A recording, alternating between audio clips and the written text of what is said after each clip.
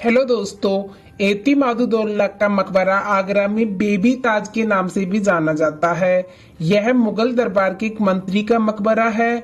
एतिमादुद्दौला पहले मीर गयास बेग के नाम से जाने जाते थे। जहांगीर की पत्नी नूरजहां के पिता थे और उन्होंने ही यह मकबरा बनवाया था।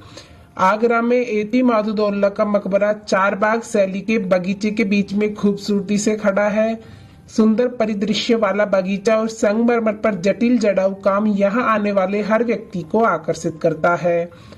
अगर आप आगरा में हैं तो आपको शहर के इस अनोखे संरचनात्मक स्थल को अवश्य देखना चाहिए। यह भारत में पहला ऐसा मकबरा था जो पूरी तरह से संगमरमर से बना था। इसने लाल बलुआ पत्थर से बने पहले के मुगल प्रतिष्ठानों से पूर्ण विकसित सफेद संगमरमर के चमत्कारों में परिवर्तन को चिन्हित किया था। इसे ताजमहल के लिए एक प्रेरणा भी माना जाता है। हालांकि एतिमादुद्दौला के मकबरे में मुगल कालीन इमारतों जैसी भव्यता नहीं है, लेकिन यह उस समय की कलात्मक क्षमता का सबूत है। यह उनकी भव्य कलात्मक संवेदनाओं का प्रतीक है। एतिमादुद्दौला का मकबरा आगरा के मोती बाग इलाके में है। यह ताजमहल से 6 किलोमीटर दूर मेहताब बाग के रास्ते पर है। यह मकबरा यमुना नदी के किनारे एक बड़े रत्न संग्रह के रूप में खड़ा है, जो ताजमहल की एक छोटी प्रतिकृति जैसा दिखता है। एतिमादुद्दौला मकबरे का इतिहास। किंवदंतियों के अनुसार मीर गयास बेग या एतिमादुद्दौला एक फारसी रईस था। वह अपनी पत्नी असमत बेगम के साथ भारत की यात्रा पर था। जब वे बादशाह अकबर के दरबार में गए, अकबर से मिलने के बाद मीर बेग अंततः दरबार में शामिल हो गए। वह अकबर के दरबार का मंत्री और उसका भरोसेमंद खजांची बन गया। बाद में जहांगीर ने इसे एतिमादुद्दौला की उपाधि दी। जहांगीर ने उसकी बेटी नूरजहां से भी विवाह किया। नूरजहां ने 1622 में अपने पिता की याद में मकबरे का निर्माण का आदेश दिया था। एतिमादुद्दौला के इस मकबरे को बनाने में 6 साल की मेहनत लगी थी। जब यह 1628 में बनकर तैयार हुआ तो यह भारत में पहली मुगल इमारत बन गई जो पूरी तरह से सफेद संगमरमर से बनी थी।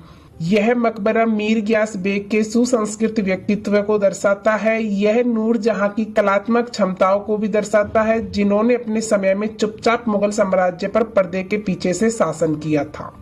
एतिमादुद्दौला के मकबरे की वास्तुकला। एतिमादुद्दौला का मकबरा चारबाग शैली के बगीचे के बीच में है। सफेद संगमरमर से बना यह मकबरा चौकोर है, जिसके हर कोने में एक बुर्ज है। इन बुर्जों के ऊपर गुंबदाकार कियोस्क हैं, जिन्हें छतरियां कहते हैं। एतिमादुद्दौला के मकबरे की वास्तुकला इस्लामी शैली पर फारसी वास्तुकला प्रभाव को दर्शाती है। आपको पूरी इमारत में पुष्प, ज्यामिति और पेड़ जैसे पैटर्न मिलेंगे। सफेद संगमरमर में बोल्ड जड़े हुए डिजाइन का उपयोग करके इंटीरियर को और अधिक आकर्षक बनाया गया है। इमारत के हर पहलू में 3 मेहराब हैं। बीच वाला मेहराब प्रवेश द्वार के ऊपर में काम करता है, जबकि बगल के 2 मेहराब जालीदार स्क्रीन से बंद हैं। आंतरिक भाग ज्यामितीय रूप से 9 कक्षों में विभाजित है। बीच वाला कक्ष सबसे बड़ा है, जिसमें एतिमादुद्दौला और उनकी पत्नी की समाधि है। मकबरे की इमारत के 4 कोने वाले कक्षों में नूरजहां के अन्य रिश्तेदारों की कब्रें हैं। बगीचे को पक्के रास्तों के बीच से बने उथले पानी के चैनलों द्वारा 4 भागों में विभाजित किया गया है।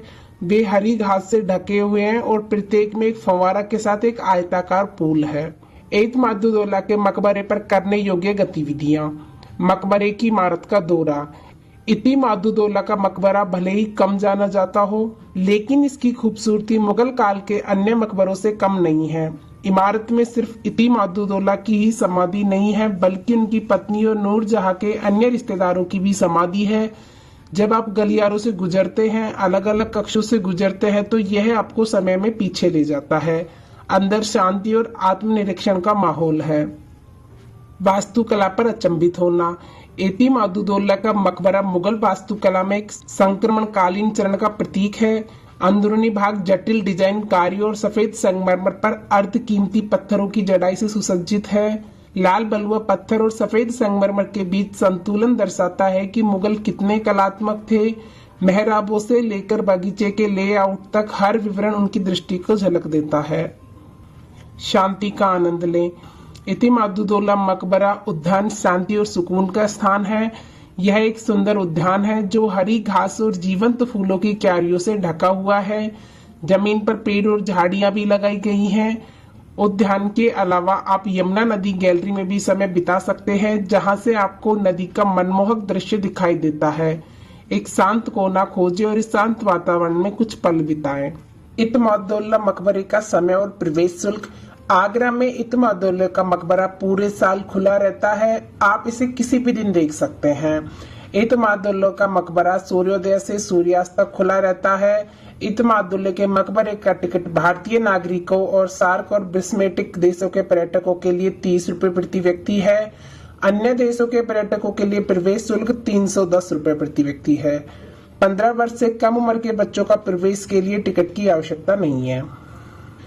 इत्मादुल्ला मकबरे को देखने का सबसे अच्छा समय आपको सर्दियों के मौसम में नवंबर से फरवरी के बीच में मकबरे पर जाना चाहिए। सर्दियों के महीनों के दौरान आगरा में मौसम अन्वेषण के लिए सुखद होता है। सबसे अच्छे अनुभव के लिए सुबह के समय सूर्योदय के तुरंत बाद जाएं। शाम के समय सूर्यास्त के समय भी अच्छा रहता है। इत्मादुल्ला के मकबरे को देखने में 1 या 2 घंटे लगते हैं।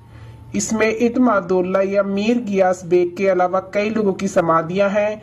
आप कमरों की जांच कर सकते हैं और आकर्षक वास्तुकला को देख सकते हैं या नदी के किनारे समय बिताकर खुद पर विचार कर सकते हैं।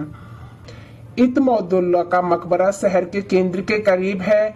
यह ईदगाह बस स्टैंड से 8 किलोमीटर और आगरा कैंट रेलवे स्टेशन से 9 किलोमीटर दूर है। आगरा हवाई अड्डे से इसकी दूरी 11 किलोमीटर है। निकटतम अंतर्राष्ट्रीय हवाई अड्डा दिल्ली है। तो दोस्तों, यह था इत्मादुल्ला के मकबरे से जुड़ा संपूर्ण इतिहास। आपको वीडियो कैसी लगी हमें कमेंट करके बताएं और वीडियो पसंद आए तो लाइक शेयर सब्सक्राइब करें। थैंक्स।